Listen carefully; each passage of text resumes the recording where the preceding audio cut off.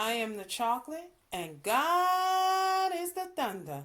Because of that, I'll never go under. So I'm continuing with Mariah Carey. I'm going to read the portion of the book, um, Thanksgiving is Canceled, and that's the infamous story where Tommy Mottola cancels Thanksgiving.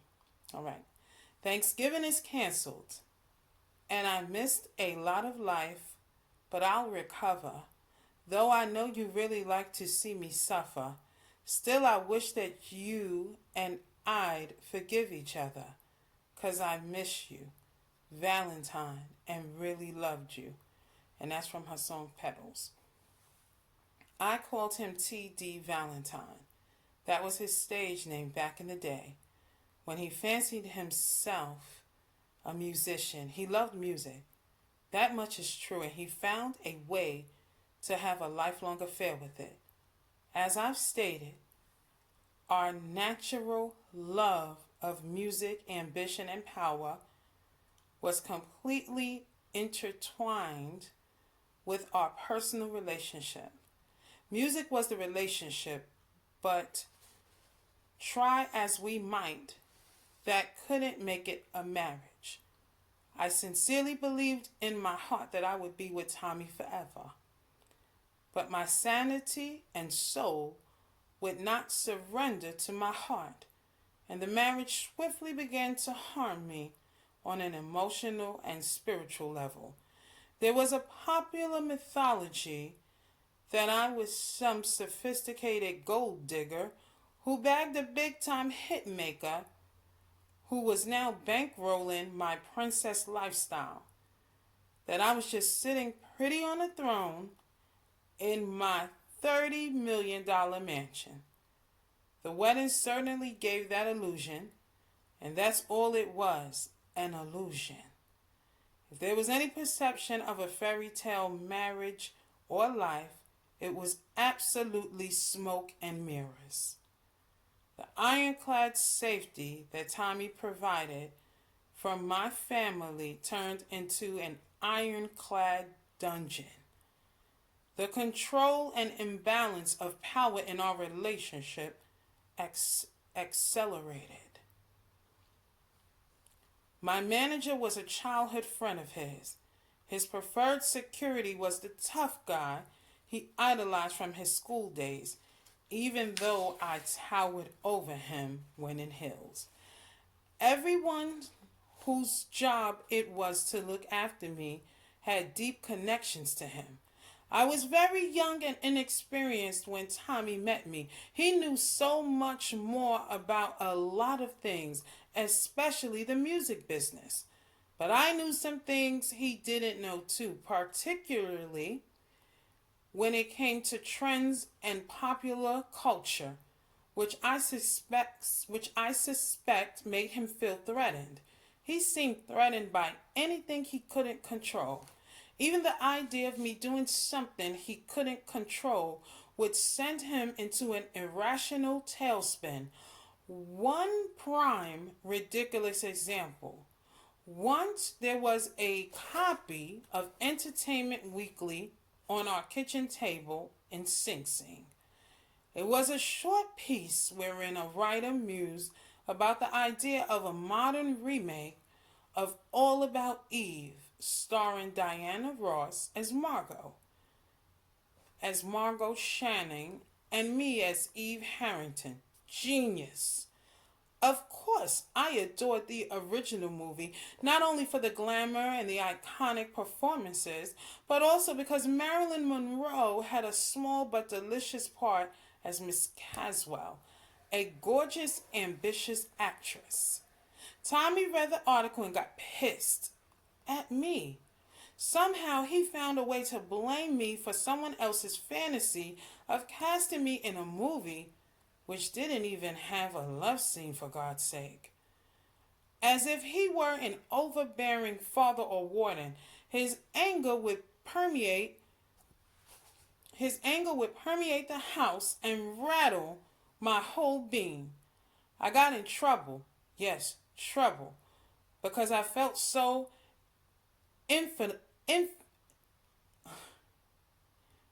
infantilized. by him. No, that ain't right. Infantilized by him. Infantilized by him. Okay. She said, yes, trouble, because I felt so infantilized by him. For the mere suggestion made by someone else of me doing something beyond his control. The gap between our tastes and instinct in music and pop culture was more divisive than the gap between our ages in the late 80s and through the mid 90s. The mid 90s. Uptown Records, led by the late and legendary Andre Harrell, was the label for R&B hip hop and the hybrid that would become known as New Jack Swing. Uptown had Heavy D and the Boys, Guy featuring Teddy Riley, Jodeci, Mary J. Blige, and Father MC. Father MC's album was one of my favorites. Mary J. Blige was doing background vocals and hooks for him, and he will also feature Jodeci Love. I would listen to them all the time. Tommy would watch me listening. He knew to pay attention to what I was interested in because he knew my ear and instincts were sharp, but I knew he couldn't feel it. He couldn't fully grasp its cutting edge. He never really believed in the enduring cultural power of hip-hop because he couldn't fully understand it. He thought it was a passing fad or trend. One night, Tommy and I were out with a group of friends and major music executives in a beautifully lit dining room in an Italian restaurant that served unforgettable, warm, what in the world? I don't know what that is. Focaccia? I don't know what that is. I apologize. I do not know how to pronounce that word right there. It must be some Italian dish. Okay? And was frequented by music industry Illuminati. We were all... Ooh, Mariah. We were all seated around a big table. My friend Josephine was in from Sweden, and she and her new husband were among the guests. So it wasn't completely a work dinner, but at this point, my work, social, and personal lives were pretty much one and the same. Even our home had been largely designed for conducting business and impressing partners. Though my contemporaries' main concern was where they could chill and smoke a spliff. Of all the lavish rooms available, no surprise, we preferred the studio. We would sometimes host big festive dinners there, some of which were both fun and fabulous.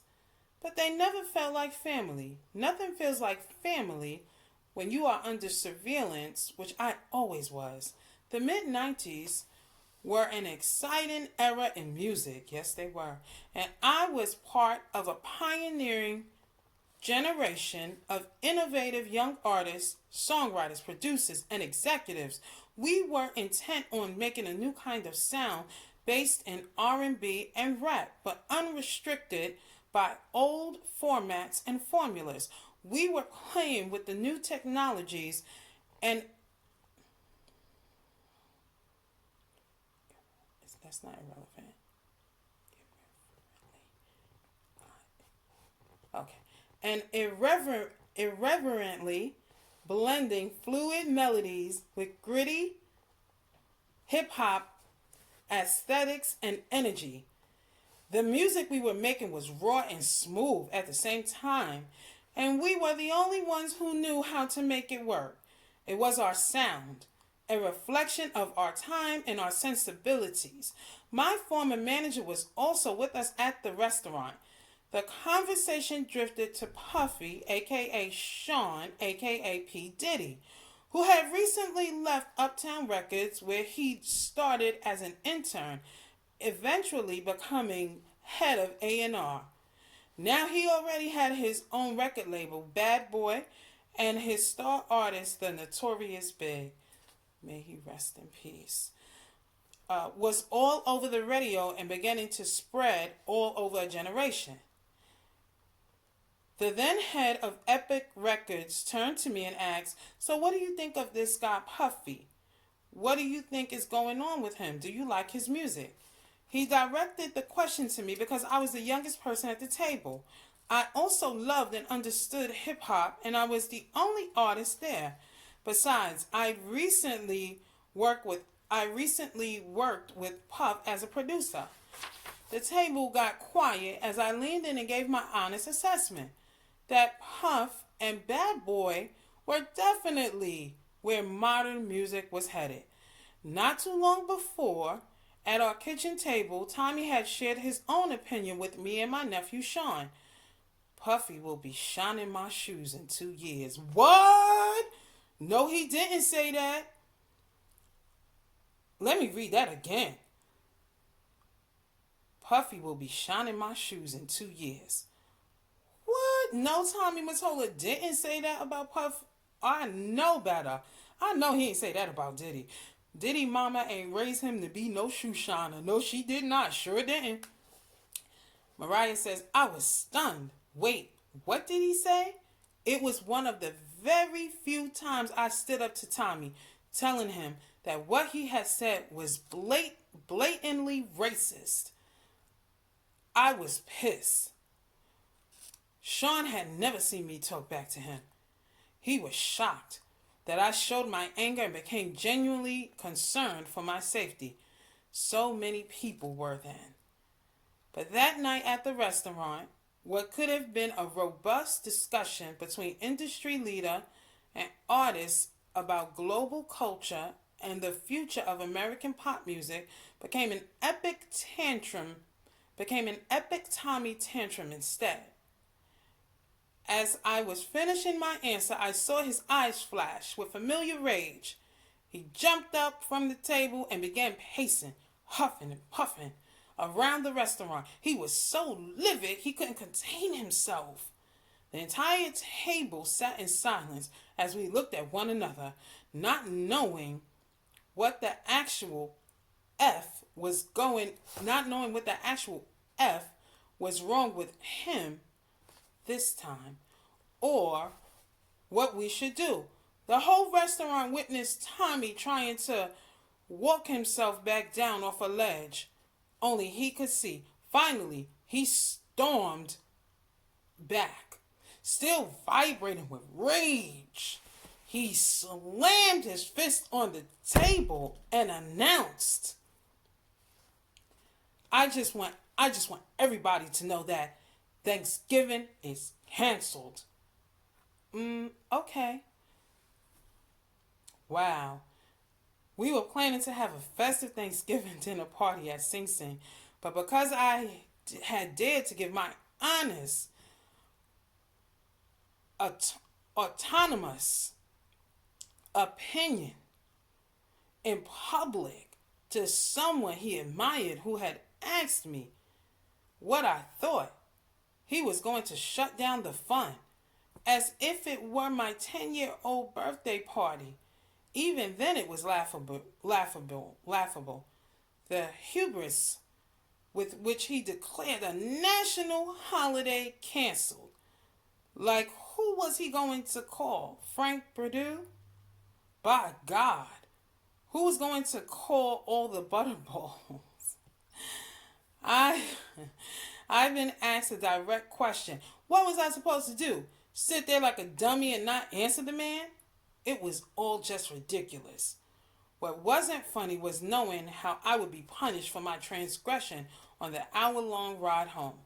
Something came over me that night, and I decided I wasn't going to take the hit for something that wasn't my fault again. This night, I would not be locked up in Tommy's Range Rover torture chamber and sent back to prison in Bedford. I decided I was not going to leave with him under any circumstances. I realized I was taking a huge, frightening risk. But because we were in a public place with a table full of witnesses, I took a gamble, thinking he wouldn't make I took a gamble thinking he wouldn't make a bigger scene and I might be safe. He sat at the table stewing and staring at me. I perched nervously in my chair, my leg literally quivering under the white linen tablecloth, but still full of conviction. Somehow I stared back. Not this night. There was no effing way I was taking that car ride with him in that state. It was a tense standoff, and everyone at the table was freaked out. They were scared for me. They were scared for themselves. Everybody was always scared of Tommy. But I held my position, and finally Tommy walked out alone, even though he and I both knew that there would still be people following me and reporting back to him. This stand was a monumental move on my part. Out of respect for our privacy, the chef and proprietor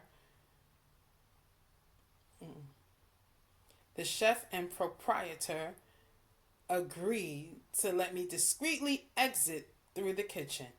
Josephine and I went out to a little club, which was an enormous step for me to shake it off and have a few cocktails. Then we went to a hotel to get a decent night's sleep. It was my first sip of freedom, and how thirsty I was for more. 'Cause it's my night. No stress, no fights. I'm leaving it all behind. No tears, no time to cry. Just making most of my life. That comes from her song, It's Like That, y'all. Beautiful. This is crazy. Mariah went through such emotional abuse, it seems like, with Tommy. She went through it. Oh my gosh. Whew. This is a lot. This is a lot. My gosh. Well, let me tell y'all something. It says, the night Tommy canceled Thanksgiving was the first time I stood up for myself and resisted his orders. He never allowed me to have a voice of my own, exhibiting the slightest bit of agency or independent thought seemed to threaten and emasculate him. I had no control over his control. I was the voice of the label, making all kinds of profits and shares for him, and yet I couldn't have a voice at the dinner table, but I wouldn't allow myself to be canceled. Well, I tell you what, it's a wonderful thing she stood up for herself. It is wonderful that she stood up for herself and she decided no more. She wasn't going to allow it. Woo! Miss Mariah Carey done been through it. She's been